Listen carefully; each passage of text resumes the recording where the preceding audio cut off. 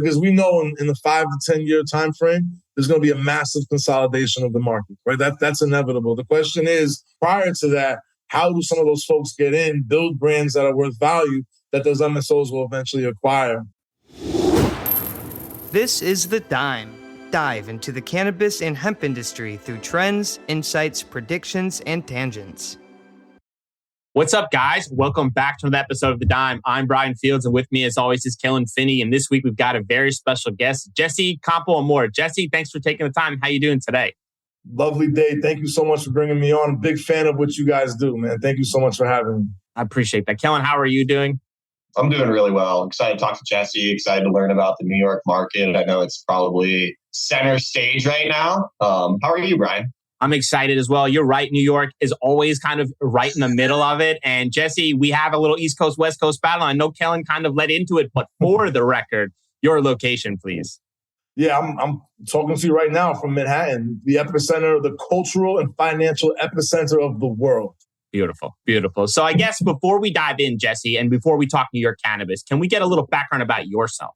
Sure. So I'm just coming off of a 2-year stint working for our governor, Andrew Cuomo, our former governor. I took the job 6 months prior to the pandemic, primarily to work on the cannabis file. I was very excited. Prior to working for the governor, I worked for a consulting firm called Capellino and Company, one of the largest municipal lobbying firms in the state, in the country, actually. And had built a business in Capellino representing cannabis companies, right? A lot of these white shoe lobbying firms were kind of staying away from cannabis. It was still a little hot, too hot to touch. And we had a leader who really believed in the opportunity, and we built about a $4 million book of business. And so when I was approached by the leadership of the Cuomo administration to come on board, I said, look, you guys have some brilliant minds over there. What I'm seeing you lack is somebody that can help you actually, from an operative standpoint, get us over the finish line. And so when I came in, Axel, Bernabe, and myself were really a 1-2 punch, right? I like to say if Axel was the brains, I was the brawn. And I say that with pride because, there were so many stakeholders, you can imagine, so many different voices and opinions that we needed to bring along on the ride, right? And we did that. I think with perfection. Now, look, we can't take all the credit. This was almost a perfect storm of events, right? Like if there wasn't this looming crisis and scandal that was going on behind the scenes with my principal, I don't think we would have had the real latitude to do and to take it as far as we did, right? I think, when the post-ops were written, the post-mortems about what we did, talking about one of the most progressive, forward-thinking, inclusive pieces of legislation on cannabis in the country. Typically what would have happened if the executive and some of the other leadership had more bandwidth was they would have allowed us to take it to the 5-yard line, and then they would have said, all right, we're coming in and we're going to finish this thing out. They didn't have the bandwidth to do that because they were dealing with this other crisis, and it really gave us the space to kind of get that bill in that we got, the MRTA. And so, my background is, I'm sorry, I know I'm jumping around, but my background, I come out of the healthcare space. As my first 10 years of my career were with 1199 SCIU, which is the Healthcare Workers Union. I was a political organizer there. Jumped around to work for the city comptroller, then to the private sector. And then most recently, I was with the governor's office. I left the governor about a week after the attorney general dropped her report on some of his conduct. And now I've started my own firm, Campoamor Sons, LLC. I really like to call myself a bit of a Sherpa, right? A Sherpa for a lot of these folks navigating what really is a regulatory forest. When I talk to cannabis companies, when I was on the government side, I said, you guys really are just compliance companies. In a highly regulated market, those that understand how to navigate through the compliance issues are the ones that find the largest margins. And as of now in the private side of this, it's so relevant because New York is a highly regulated cannabis market.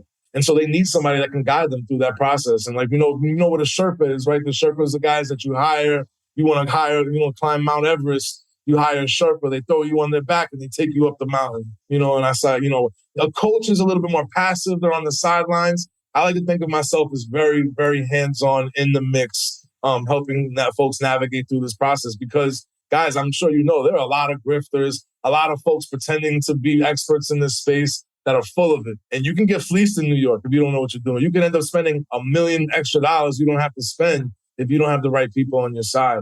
And so, now I'm working with some folks that come out of the legacy space, some more traditional organizations. I got an MSO, but all of that is really focused on what I feel is part of my legacy, which is making sure that the communities that were criminalized by the war on drugs now benefit from the commercialization of that same industry, right? One day this will create massive wealth. We're not there yet, right? And I think there's a lot of myth around people making money now, and the fact is a lot of people are losing money. But when that shift happens, I want to make sure those that were literally prosecuted and persecuted their whole lives get to commercially benefit from. I think that's really well said. And there's so much to kind of dive into, and why I'd love to kind of skip to the end and all the fun parts. I think it's really important to start from the real beginning. So as of today, 1/18/2023, what is the current status of New York cannabis market? So March 31st of last year, we signed the MRTA into law. Quickly after that, we get the Cannabis Control Board set up, which is the 5-person commission that oversees the Office of Cannabis Management, similar to our state liquor authority with their commissioners. Quickly, look, there was a very intentional political calculus here, which is on the initial rollout, how do we, from a social equity lens, make sure we're empowering some of those folks that have really fallen between the cracks, right? So what happened first was we licensed conditional cultivators and conditional processors. Those were hemp farmers, small hemp farmers that have been growing hemp at least for the last 2 years. And then we quickly turned around and announced the conditional adult use retail dispensaries, or colloquially we call them card applicants. Those are folks on the retail side that were justice involved, meaning they were convicted for a cannabis-related offense in the state of New York and had demonstrated that they were able to run a profitable business for 2 years. And so we've now issued about 36, 38 of those licenses. The 25th of this month, the OCM will reconvene and will announce another 20 to 30. And, they've said 150 of these licenses are up for grabs. We'll see. There is some hubbub now. You're hearing it first now on your podcast, but there might be a scenario where we end up issuing a lot more than 150 for these card applicants, because some of the scoring processes, as we're seeing, they were stuck in this process of how do we deal with some of the social justice issues, social equity, but still empower and give licenses to some of the best operators. And I think what we're finding now is some of the guys that are winning the licenses first are winning because they came from zip codes of really abject poverty with very low household income averages, versus people that have demonstrated they've had a large workforce or large revenue as part of their business. And so, we'll see how that plays out. I think it's a very interesting, dilemma, but very exciting. I think also larger context, guys. This is like, if you look around the country, there has been no state that I know of that within the first 18 to 20 months of ratifying the law, we already have processors, cultivators, and retail up and running. And I think that's kudos to OCM. That being said, a lot more work to get done. There's a lot of product that's just sitting in shelves right now, and this is perishable goods. And so I think OCM is really eager to get things going even faster. But I got to give it to them. They're moving pretty quickly. I know New York State, New York is expecting in a New York minute, right? That's just part of our attitude. But for real, like in the larger context, these guys are moving pretty fast. Yeah, so New York has always been kind of trying to be the staple or the star child of social equity. Could you kind of describe some of the design features that went into how that was launched and why it took so long for them to make sure they got all the pieces in the right places before bringing the market online? Absolutely. Look, I think that I appreciate when I was working in the state and we were thinking about the social equity component. I think what we observed is that every other state thought about social equity was almost an afterthought. It was, let's stand up the cannabis market and then we'll figure this social equity thing out.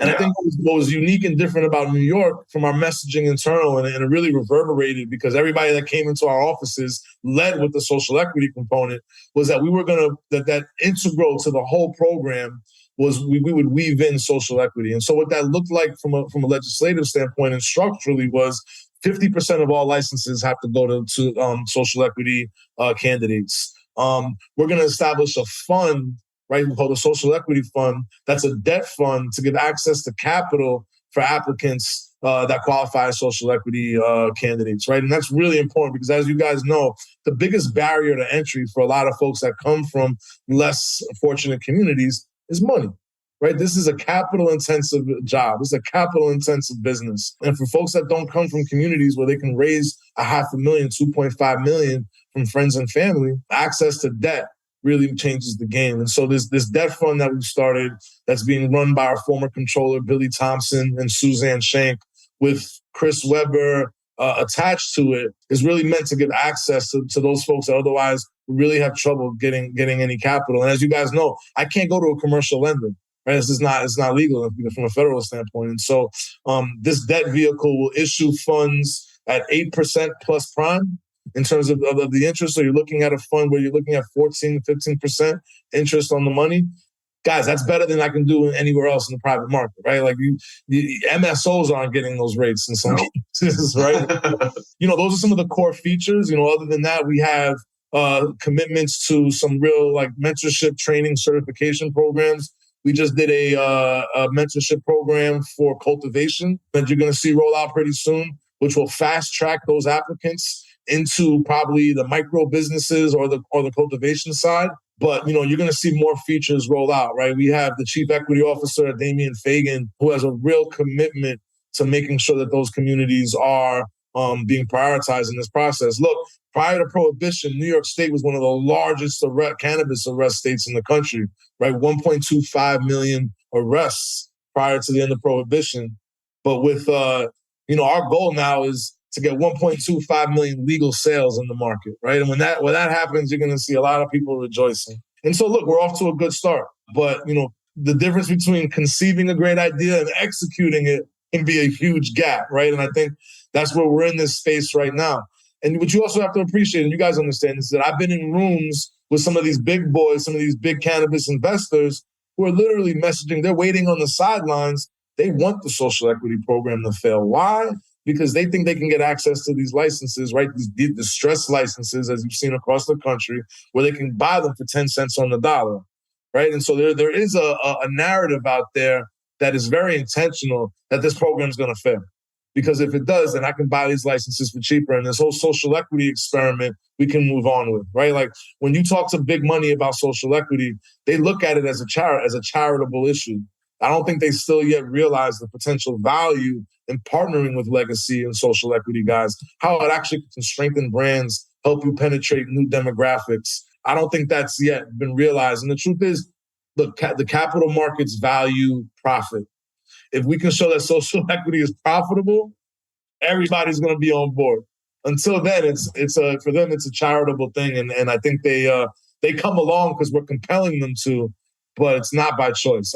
I guarantee you that. Well, there's definitely some areas there that specifically I want to push back, but I want to stay with the scoring first because I recognize that type of feat, right? Like having only, 35 licenses to give out and having to score all these individuals, it seems very subjective as the scoring process, understanding which variables matter most. Because when you get down to, let's say, the 30 to 40 range, it's nearly impossible to probably distinguish between who deserves one, who not. So why not open up the licenses and let more of a free market opportunity and allow the strong to survive and those who have the chops in order to figure out? I recognize there's capital hurdles as well and extremely competitive. But why not open it up and just let it be more of a free market? This is a really important issue because I think there's a school of thought that says a limited license program protects the value of the paper, protects the value of the license. Absence of a limited license program, the value of that license, the value of that paper can't be protected. And in the event that some of these businesses go into default, we can reposition that license and recoup any money that we've invested. There's a thought here that in order to do that, we have to create a limited license program because, quite frankly, we looked at Oregon, we looked at other states that weren't limited, and it's a nightmare over there, right? Like I've been to warehouses over there with cannabis. I'm 6'5". I've seen mountains of cannabis that dwarf me, right? Because they let everybody grow out there. They didn't limit supply at all. And so there has to be some healthy balance in between it, right? Like I think to your point, I think there's room, quite frankly, to open it up past 150, especially with now they're saying, the regulations have been proposed for the adult use market, say that the ROs now, the MSOs and the verticals in the medical market have to wait 3 years to enter the adult use market. So these guys have some runway, in a state where we have 20 million give or so residents, the idea that we have one store for every 20,000 residents isn't a crazy idea. So you're looking at 1,000 potential stores when it's all said and done. Why not issue 250 to start? quite frankly, there's a lot of product that we need to get away, that we need to get off. And we need more shelves to do that. So I'm in the school of thought that we have the bandwidth and we have the space to issue more licenses. It comes down to real estate and capital. Right. And those are the issues right now that I think, are holding up. DASNY has been tasked, that's the Dormitory State Authority of New York, who's running the card program right now under Ruben McDaniel, who's one of the members of the Cannabis Control Board. They hired CBRE to find retail locations, and it wasn't that easy. I think these guys maybe weren't the best suited to do that job and quickly learned like this is not as easy as they thought it would be. And so, what you've seen now is the states say, hey, if you can find your own space, go ahead.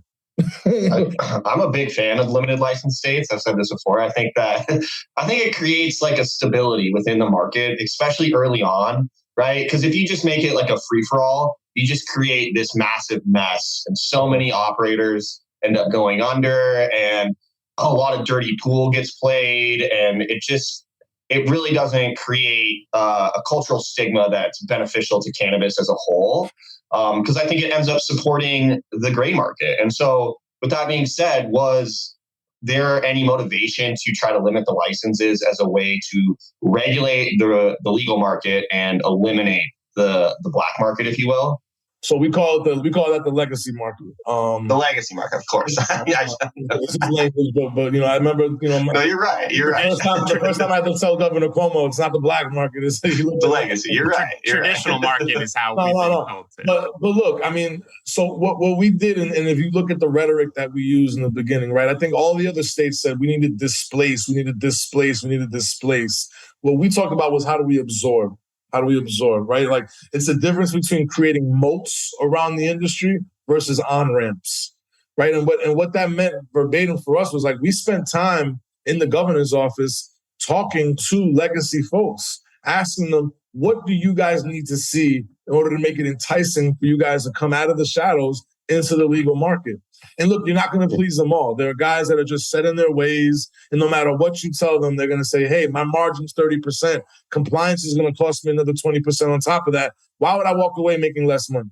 Right? Now the obvious answer is there's a ceiling to what you're doing that we're trying to break through, right? Like you can never become an international brand as long as you're in that space. There will be a day where, these brands. Look, I think that New York State will launch some of the biggest brands in the world over the next couple of years. And that's because I'm from New York. That's because I think this is the epicenter of the world. But you only do that if you're in the legal market. And so, for us, it was really thinking about how do we absorb these guys? How do we bring them in to the market in a way that will enhance the overall experience? You guys know about California.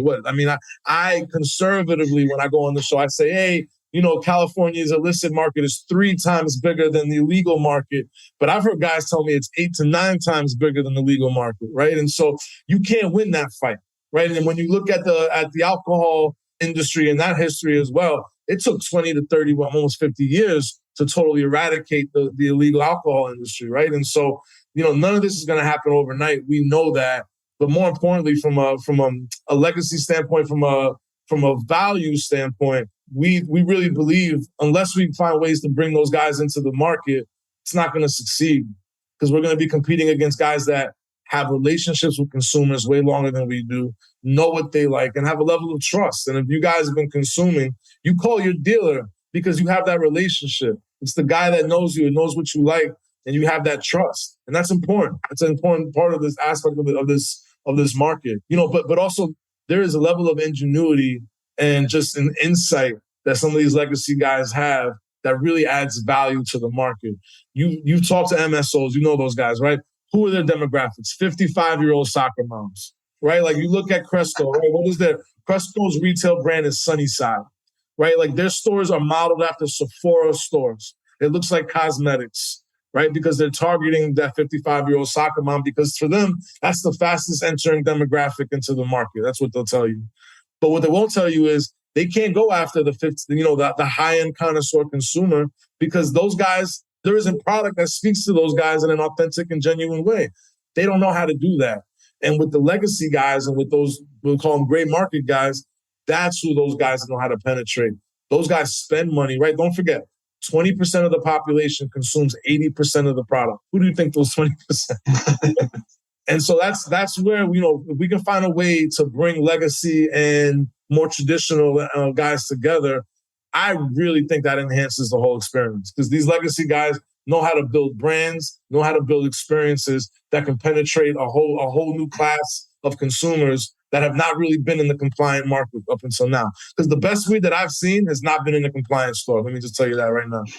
And legacy operators tend to be like the best do-it-yourself people, right? And so like if you're starting a company, you want someone who can wear a bunch of hats, and legacy operators have been wearing a bunch of hats for a long time. Yeah, and look, and that's right. But also at the same time, legacy guys do need help from the traditional guys, because legacy guys have never done traditional marketing and advertising. You're right. Complex real estate, 280E compliance, right? Like they've never done any of those things, and they're going to need help with that in order to succeed in the legal market. And that's where I think that's the push and pull there, right? It's like, you're right, extremely resilient, extremely insightful, but they still are going to need help to be successful from a technical and legal component. And that's where they can really serve each other. That's the exciting part to me that I see, is like finding a way to marry those two. When I was when we went to MJ Biz, and one of my clients and friends, Vlad from Happy Monkey, I don't know if you heard of those guys. Yeah, we're a big fan. Great. Then they brought him on stage for a panel that said Clash of the Titans. Yeah. 2 or 3 years ago, right? I remember that. We were in the audience. And so we pushed back and we said, that's a wrong way to frame it, guys. It's not about clash. It's about how do we create these real marriages, right? Because look, we get it. There are the big boys out there, the Curaleafs of the world, who really, really enjoy the lack of federalization on cannabis, right? Because it's created a moat, and it's really protected them from other folks penetrating the industry. But the time is coming. It's inevitable. And so, let's see how things play out. In your opinion, Jesse, what is the most important goal or aspect when opening up an adult use market? Is it the on-ramp for the traditional market into legal, or is it something else? Look, in New York State, the two driving narratives were health and social justice, right? It was repairing the harm that was created by the war on drugs and providing communities access to quality, affordable cannabis and medical. I think there are communities, and look, I really believe in the medicine of this plant, right? And I think communities really too far off and overlooked. Everybody has somebody in their neighborhood that's sitting on the couch smoking 7 blunts in a day or something. Like, we all know that guy. What I tell you is that guy is self-medicating, right?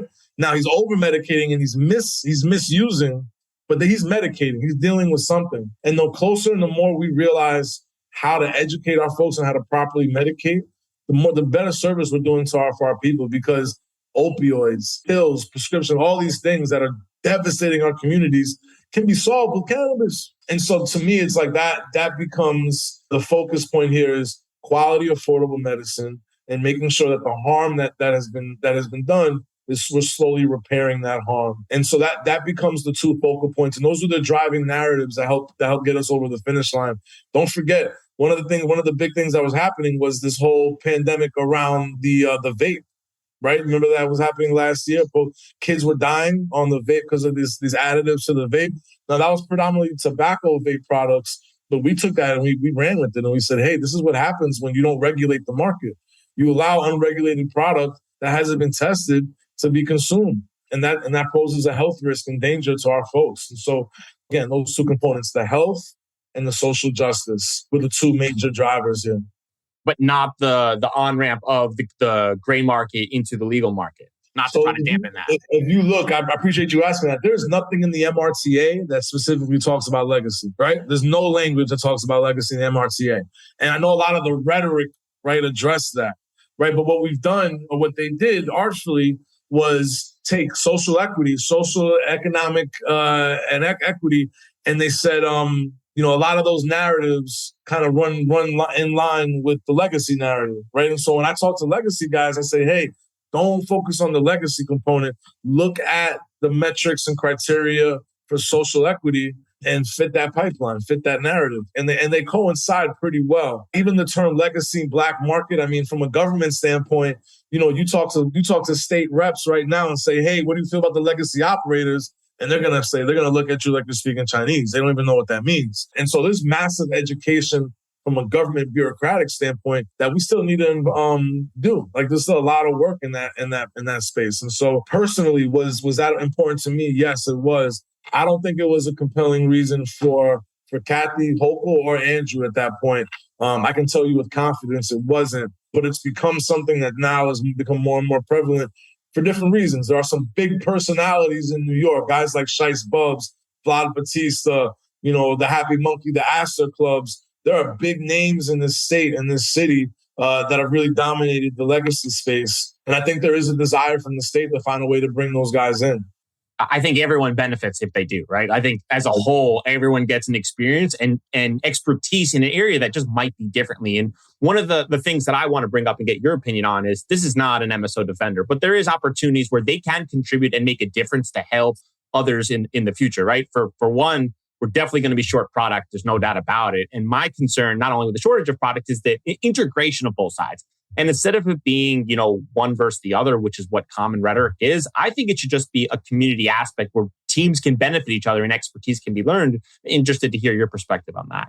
Look, one of the things that we were discussing before I left with Axel, and something that we might actually see play out is we cannot build this industry without the MSOs. Let's just be straightforward about that, right? Like we need to use their infrastructure, their expertise, quite frankly, there's their market knowledge to get us to a point where we have supply and we have the infrastructure. I think where the push and pull here is on day one, our MSO is going to totally dominate the market, right? And I think what we wanted to make sure was, at least in those first 5 years, some of the smaller guys had a chance to get in, build up a little bit, and then take their exit, right? Because we know in the 5 to 10 year time frame, there's going to be a massive consolidation of the market, right? That's inevitable. The question is, prior to that, how do some of those folks get in, build brands that are worth value that those MSOs will eventually acquire? Look, what we thought was, why not use the MSOs as mentors? Why not use the MSOs as a backbone to even some of the legacy guys or some of the smaller operators? The carrot was, hey, we'll let you enter the adult use market. We'll even maybe let you have a vertical in the adult use market. And the stick was, if you don't do it, we can actually revoke or take back or suspend your license. What we want to see is you mentor 10 to 5 of these smaller guys. If you have a 100,000 square foot canopy, give them 10,000 square feet or give them 5,000 square feet to grow. Do workforce training, help them with compliance. There are low-hanging fruit items. Commit to 40% of your shelf space to smaller cultivators and smaller operators. These are low-hanging fruit issues that we don't even have to compel these guys into doing that everybody benefits from. I think we're pretty much aligned on this issue. I don't know if you thought I was going to push back, but I do think we need MSOs as part of the equation. It really boggles my mind when people are like, we got to keep the MSOs out of it and put them to the side. It's like, in what other world would you say the guys that are the actual like main operators and market shareholders are the ones that shouldn't be at the table? It's like you wouldn't do that anywhere else. And I think a lot of people forget too, right? Like this whole MSO acronym, it stands for a company that has people that can grow weed, right? And 10 years ago, the person growing weed wasn't doing it legally, right? And so MSOs have already adopted people from a legacy industry in order to be successful. You know what I mean? Absolutely. I mean, let's be honest, right? Like these guys, most of these guys are former merger and acquisition guys, Wall Street guys, real estate guys, right? And they decided to go on a 2-year, research and development exploration, talk to some people, and all of a sudden became the Svengalis of cannabis, right? But they don't have more experience than Vlad from Happy Monkey, who's been doing this for 20 years and spent the last 5 years touring around the country, talking to every legal and illegal operator out there, and has real data and real experience and anecdotals, right? And so it becomes this very interesting dynamic where, what I've seen is those that have the resources and capital lack the market expertise and knowledge. And those that have the market expertise and knowledge lack the capital and resources. And so it's like, how do we fuse those and make that marriage, right? And facilitate that bond. And that's the exciting work. That's the work that gets really exciting, because when you see that work and that click, I mean, it's not cookies. I don't think cookies is the model, although cookies becomes the closest thing to the fusion of culture with corporate, right? And we're seeing how that plays out, right? Like Cookies has a store on 34th Street that's just selling clothing, I'm hearing they're going to shut down in the next couple of weeks because they're not doing well. And I hear they have a whole new brand for New York because, as you saw, the regulations are not going to allow cookies to brand themselves as cookies in New York. I mean, also that real estate they have is really primo spot, right? And I can't imagine that is cheap. It has to be incredibly expensive. And I'm assuming that if you're only selling clothing and you're not selling enough clothing, it's very hard to operate. But on the front, it is really good marketing, right? Like the positioning is beautiful. But that's expensive marketing, and there might be more creative ways for a burner to do. So I go back to California because I think there's so much data that we can look at. I think there's this back and forth about real estate. Do I need to have the Times Square location to do $60 million a year? And I think juxtaposing the MedMen store in Venice to the Stizzy store in LA, right? The Stizzy store is doing $60 million a year. That store is in Bumble. Like it's in like the most random spot. You have to drive to get there. It's not a great location, but they're doing $60 million a year and they're way more profitable than MedMen because their overhead isn't insane, right? And they have a brand that people are seeking out, right? And so, look, when the hype dies down, right? Like after this first 2 years and the hype dies down, location is potentially important. But if the overhead is too high where you can't make any money, what's the point? And this is cannabis, right? So when I say that, like, it's not like it's Louis Vuitton where I can mark up my products 22,000%. There's only so much I can mark up cannabis for, right? Like I was talking to my boy the other day. A bottle of water on Park Avenue costs $3. A bottle of water in Harlem costs $1. It's the same damn bottle of water, right? But location changes the value of that. But there's only so much you can do with an eighth of weed, right? I can only charge it so much. And that's still not enough to eat into the margin or the overhead that I'm paying for those primo locations. And so I think there is this like hyper focus on like, I need the best physical location. I need to be in Times Square. I need to be in Union Square. I need to be here. I think folks are going to realize what they need is a good brand and trying to keep operating costs as low as possible, trying to keep overhead as low as possible. And if they can withstand that storm over this next year, because, hey, what do they say? Winter is coming. It's a reference, right? Like, then they can survive. But that's going to be the challenge for a lot of these guys. I don't think people realize how hard that actually is, right? And given today's framework of, let's say we've got one store and hopefully by 6 months from now, we've got 20, just hopefully guessing. The expectation is that as more stores come online, the traffic foot area is going to change, which is going to adjust their numbers, which I think makes it even harder for current operators to make financial decisions, right? Capital's hard to come by, decisions are hard to do, your partners are limited. And now given the framework of how things are, it's really impossible, nearly impossible to make accurate financial future decisions. I've worked on pro formas for this stuff. I mean, you got to see the differences on this. It's insane. It's insane, right? Like I've seen pro formas that say this is a $17 million a year business. Others say it's a $60 million a year business. I can drive a jumbo tractor trailer through that difference right there, right? Like, and so look, a lot of this is what we say the best, hypothetical guessing as possible based on the data that we have available to us. A lot of that is going to be put into practice in this next year or so. We're going to see how these things really play out. And look, and I think, I've done a lot of traveling around the state to the farmers to see what's out there. 90% of the stuff being grown, I would not touch with a 10-foot pole, right? Like I'd say 10% of the product out there is quality, but it's going to take a couple of years for those guys to dial in.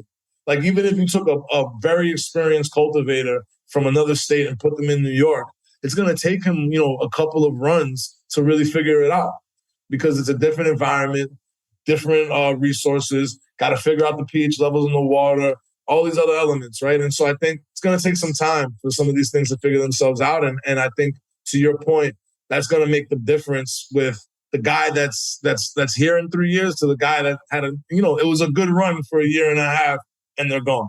But isn't that why New York consumers are ultimately going to be the ones suffering from the market dynamics? And wouldn't that be an extra reason why it would be helpful to have ROs, let's say, segment a certain portion of their cultivation for the adult use market, just so that the consumers could get some additional benefits and just to kind of add on to your point? Yeah, look, I think, it's very interesting, who gets access to what and how, right? And I think that becomes especially in a place like New York, everybody wants to have the fire. Everybody wants to have the A1. Everybody wants to have the best of the best, right? And the ROs and the verticals are going to play a significant role in that. But I think what needs to, you can't forget, and what we've seen in other states is what ends up really happening is the ROs, I like to say today's fish versus yesterday's fish, right? And the fish meaning the product, right? Like, how do we make sure that the diversity of product is equally being spread out amongst the market versus the RO saying, I'm going to pick you, and you. You guys are the winners, and everybody else is left out in the cold,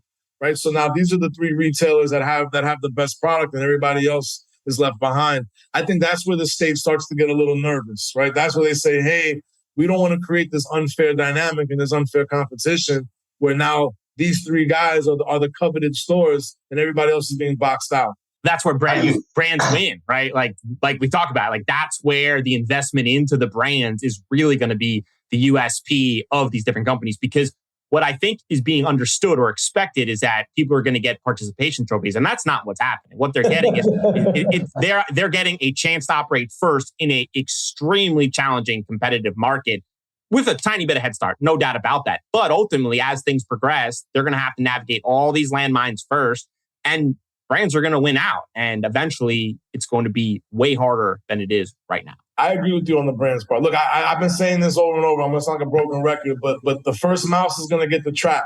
The Right. second mouse is going to get the cheese.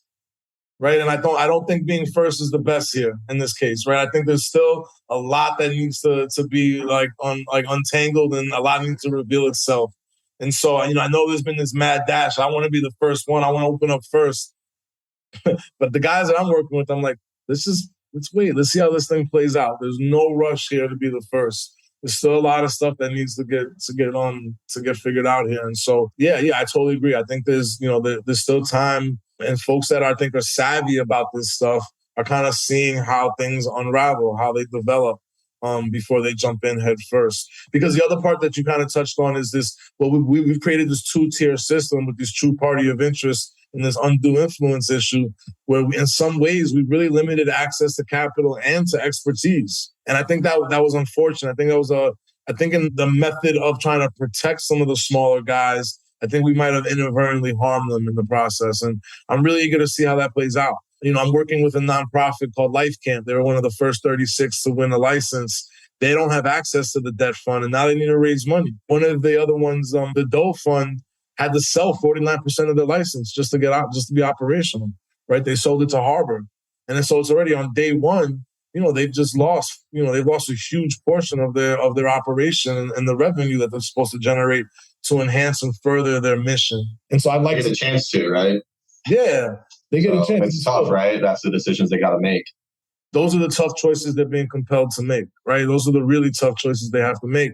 And it's just the reality, right? It's just the reality. But if the state's idea was, we want to give these nonprofits a social enterprise to help them further their mission, then the idea that they have to sell almost half of it to accomplish that, it almost feels counterintuitive.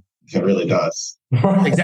Exactly. Like that's the hardest challenge, is that you've got a bunch of variables trying to make a decision that collectively people think is best. But as everyone usually does, people operate in their own self-interest, and the person making a decision also has their own personal biases, right? Is probably not intentionally making selective decisions, but ultimately, like you said before, Jesse, have to go left or right, but has to make a decision. Either way, people are going to be mad, because at the end of the day, what you think is fair and what I think is fair is not necessarily fair. That's right. By the way, fair has nothing to do with this thing, guys. just using that like it's an example of like what we would decide ultimately. Nothing to do with cannabis. By the way, I thought it did. I've learned the hard way. It has nothing to do with cannabis. Turns out cannabis is just as hard to operate as it is to write the rules for. I'm learning. I'm learning the hard way, right? I mean, I my relationship with cannabis starts back in growing up in New York City and just like being exposed to it from as a child, like as an adolescent, as a high schooler. But we're in a different world now. I mean, what got me involved in cannabis first was I was riding around with these kids from Canada who were like some of the MedMen guys. We were in a limo when I was a consultant, and they're telling me, we run the cannabis scene in New York. We run it in New York. These white boys from Canada. And that just didn't sit well with me. I was like, there's something's wrong with this. This is not right. And it wasn't even like, it's like, you guys are Canadian. Like, come on, this is New York City. Like, don't tell me you guys are running cannabis in New York. And that's when I got involved. I was like, we need to find real talented New York folks that need to be at the forefront of this thing. And they're out there. They're out there, guys. New York is full of creative, brilliant minds when it comes to this market. And I'm really excited for the rest of the world to see that. Yeah, me as well. So what is happening today at City Council that is probably very important for the future of the cannabis market? Yeah, so the City Council is holding a hearing as we speak about the proliferation of these illegal stores. If you go down New York, I say it all the time, I can get a dab at my bodega right now, right? Like, there are stores, and it's ostentatious, guys. The signs read Zaza or Piff, right? It's like, it is blatant. I can't walk 2 city blocks in Manhattan without passing a store. And I think a lot of New Yorkers really have no idea what is compliant and what isn't compliant. And I think the state is starting to embark on an education campaign of buy legal New York weed. They're putting medallions on the front of the stores, a QR code that you can scan. But look, this is really going to come down to consumers making educated decisions, right? There was a report that came out a couple of weeks ago from the Medical Cannabis Industry Association, which is really all the MSOs, all the ROs. They bought a bunch of product from the illegal stores and tested it. Pesticides, E. coli, heavy metals, just things that you probably wouldn't want to consume or put in your body, they found. And so consumers are going to have to make a decision, right? Do they want to run the risk and run the gamble of using product that has not been tested, or do they want to jump in and support guys playing by the rules? Look, the other thing is, and let's be honest, like, a lot of New Yorkers that have consumed have been smoking weed with pesticides and heavy metals for the last 20 years. So you tell them that, and they're like, "Well, that's what I've been smoking. So what's the problem? What's the difference?" But I think as we're moving into this very health conscious world where people want the antioxidants and the Zambucas and all that other stuff, that's going to be part of the issue. So I think one of the biggest concerns with that is not only the availability of it because all the different stores that are around, but is the trust aspect that you said, is that if people don't know the difference and don't really look into the difference, it's nearly impossible for them to identify the tiny symbol in the window and say, okay, this is unlicensed. Because I've got friends who text me every single day saying, hey, you told me New York is not open. There's only 1 or 2 stores, but I just went to a store down the street. They had all my favorite California products. I got to buy everything with a credit card. Like, why did you tell me it's not? It is. And it's like, well, yeah. By the way, all those products are fugazi, right? Like I can go to Alibaba right now and get a Kingpin bag and a Stravinsky and all that and put anything I want into it, right? Like, don't be fooled. It's all fugazi. But price matters, right? And that's really my biggest concern, is that if people are paying, let's say, $80 for an eighth at a legal store and $40 for a product they think is fire at an unlicensed store, it's really hard for me to believe that people are going to travel farther to pay more and wait online. Look, this right there is going to be something that we will see play out in the next couple of years, right? Like, do I want to take the risk and buy, Uncle Jimmy's whiskey that he made in his basement, right? Or do I want to go get the stuff out of the store that I know is quality and I know is not going to make me sick the next day, right? I think that's kind of what's at play here. We'll see how it plays out. I agree with you. I think value is important. I think quality and value are important for consumers. And then who's behind the brand is like the last thing. But I do think you're right about that. I think that's going to be a major function of who wins and who loses in this market. I think ultimately the legal market wins, right? I mean, you look at mature states. California is probably the exception. But I think once the rest of the country kind of adopts their own legal rules and develops their own supply chains, California's legacy market will be in a much worse off position, right? I think just people it's a lot easier to go to a store that you know is going to be open at a set amount of time, right? And I understand that these bodegas and everything, but they'll shut them down. And after 3 years, it's just time, right? Like, time is on the regulatory side and it's not on the traditional side. That's right. And look, there is legislation that the state is holding up right now. I'm not sure why, but there's legislation ready to go to enhance enforcement. We can go after the landlords, right? I tell people this story all the time. There was a time where you could go down to Canal Street and buy a knockoff Gucci bag, right, in a brick and mortar retail store. Now, I can still do that, but now I got to walk down an alleyway. Somebody opens up a catalog. They open up a trunk. and I take the bag out of the trunk. No more brick and mortar retail. Why? In the early 2000s, Bloomberg with the designers companies found a public ordinance law in New York City that said that the landlords were responsible to know whether or not their commercial tenants were engaged in the sale of illicit goods. And whether they were aware or not, once it was discovered, they could be fined $100,000 a day. Yeah. See, that's the kind of thing that the regulatory is going to do. How quick they shut that down? You can't, that's it, it's done. Totally. That's for the landlords, because the political, guys, nobody wants to line up black and brown folks and put them in handcuffs for cannabis anymore, right? Like, that is politically unattainable. We can't do that anymore. Yeah. That's kind of like the biggest, that's the kind of crutch dilemma of like trying to tamper down, but also exactly like you said, trying not to end that. Go after the landlords. Easy. Just find them. I guarantee you start finding them $100,000 a day, this shit will be overnight. It'll be done. To your point, it's not wrong. I've started seizing products, and the next day these guys are open. Right? Like, I see it in my neighborhood. It happened. They seize the product. Literally the next day, the shelves are restocked. They're operational. So that's not going to get it done. No, the stores are nice too. They're nice. Like, let's just call it what it is. Like, they're nice stores. Like, so whoever built out those stores spent serious capital. What are you going to do? You live in Long Island. You guys opted out. There's no retail in you. I'm a medical patient. Thank God I pay over an arm and a foot for some product. Look, the other thing I'll say is we think 40% of the market's going to be delivery, right? Like, there's going to be a world where, like, I can open up my phone, boop, boop, boop, boop, just like seamless, and somebody's at my door in 30 minutes with my medicine. I wish that was today, Jesse. I wish that was today. It's around the corner, right? And I think, quite frankly, our generation is not going to want to go into a store often, right? Like, once you know what you like, you know where it is, it's at a good price point. You're just going to want the convenience of it coming to you and the personalization of them knowing what you like. And so, look, all these advancements, I think New York State with its academic institutions like Columbia and some of these fine academic institutions, with some of the culture that we have, fusing all those things together from an R&D, from a creative standpoint. What's better? What can be better? And such a big consumer base. I'm really excited, if you can't tell. But there's going to be some kinks that we have to hammer out, and I think that's what these next years are gonna unfold for us. When you got started in your cannabis journey, what did you get right, and most importantly, what did you get wrong? Well, what we got wrong was trying to look. I think sometimes in government you try to pick winners and losers before the game's even begun, right? And I think the problem with that from a bureaucratic standpoint is we don't have a crystal ball, and so you really don't know how things are going to unfold. And so, for an example, one of the things that we were going back and forth on delivery on was whether we should create zones and limit each license to zip codes or to geographic areas.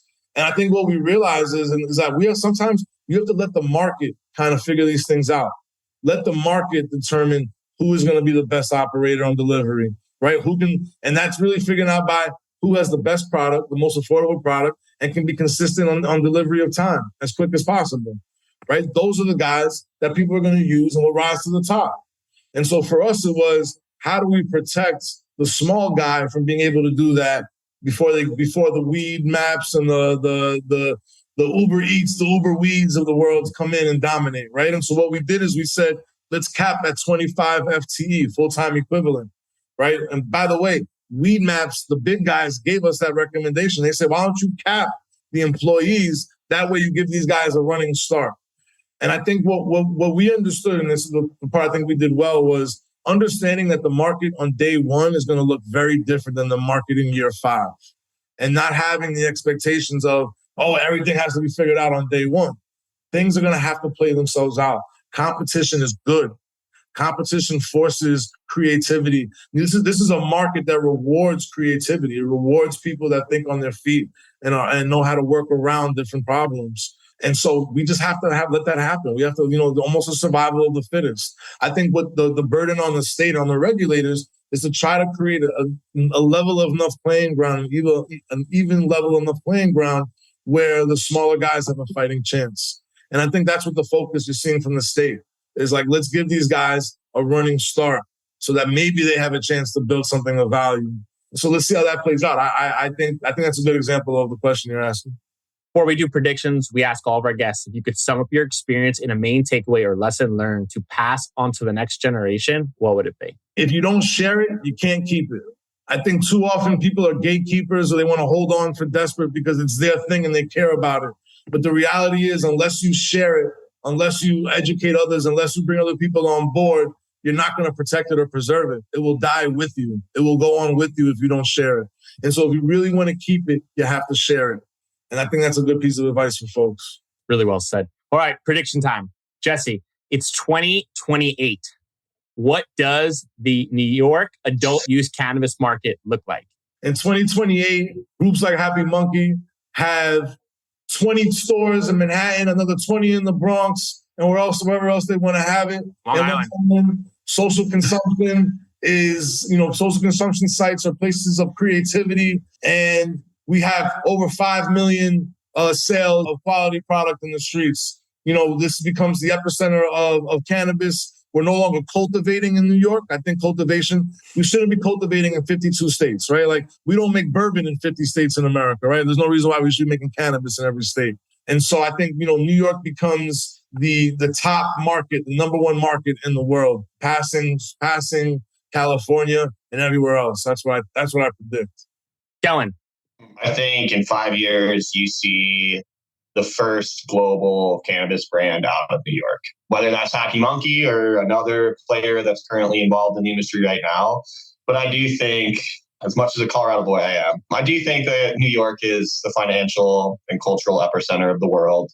And I think having cannabis legal there it's going to change the cultural stigma surrounding cannabis globally, by miles, right? And I think that provides the opportunity for a New Yorker to create the first global cannabis brand. So I think the first global cannabis brand has come out of New York and it's being sold across the world.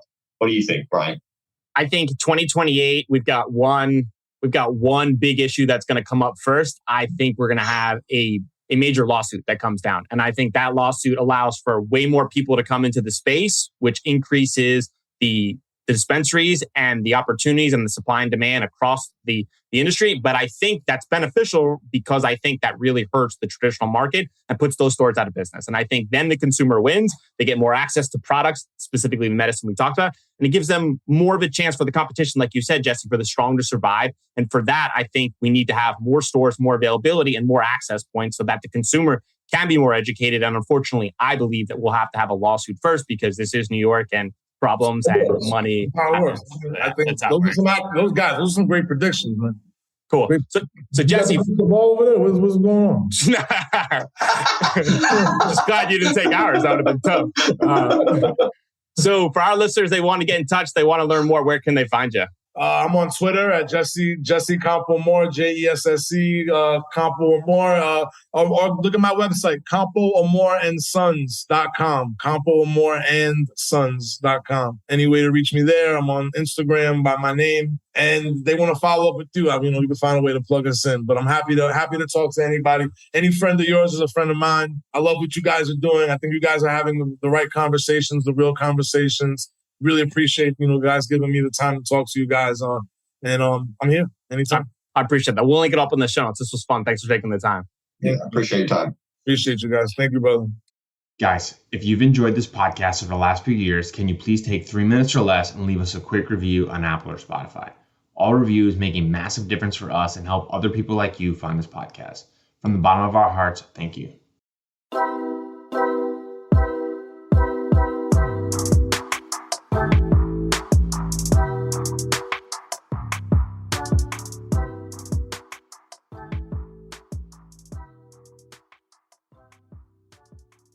Thanks for listening to today's show. To check out more great cannabis podcasts, go to podconnects.com. Here's a preview of one of our other shows. I'm Larry Michigan, and I'd like to invite you to join Rob Hunt and me on our weekly podcast, The Deadhead Cannabis Show. Each week, we explore the latest cannabis and jam band news and reminisce with other Deadheads and jam band lovers about the great musical acts that we've seen and heard. Check out a new episode every Monday.